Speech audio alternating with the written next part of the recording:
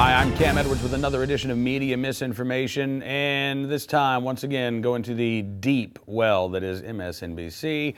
Morning Joe and Joe Scarborough taking great offense to an op-ed by Wayne LaPierre in the Daily Caller. Why don't you take a listen as Joe Scarborough goes through one of the portions he found so offensive.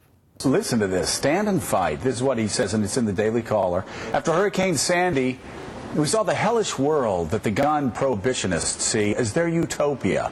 Looters ran wild in South Brooklyn. There was no food, water, or electricity. And if you wanted to walk several miles to get supplies, you better get back before dark, or you might not get home at all. Nobody knows if or when the fiscal collapse will come, but if the country is broke, there likely won't be enough money to pay for police protection. Wayne LaPierre is arguing with a straight face. And he says, and the American people know it. Really, let's take a poll, Wayne, and see how many members of the survivalist wing of the NRA are out there who believe that we're not going to be able to afford police protection in the future.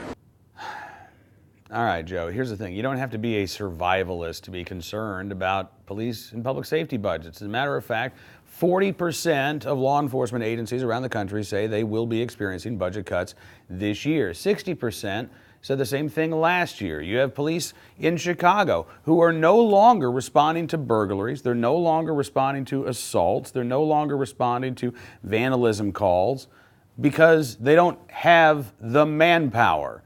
In Oakland, California, they put a similar measure in place a couple of years ago. Why? Because they don't have the manpower. Joe, I've talked with sheriffs. We had an armed citizen story on NRA News just a couple of days ago. Sheriff in Washington State praising the armed citizen who was able to protect himself and his family because it took deputies 20 minutes to get there. Not because the deputies were driving slow, but because it's a big county and there's not a lot of deputies on duty late at night.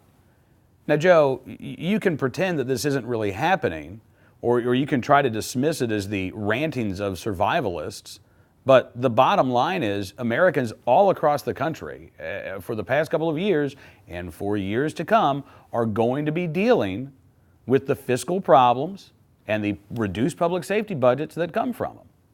That's not crazy talk. That's just what's actually happening, Joe.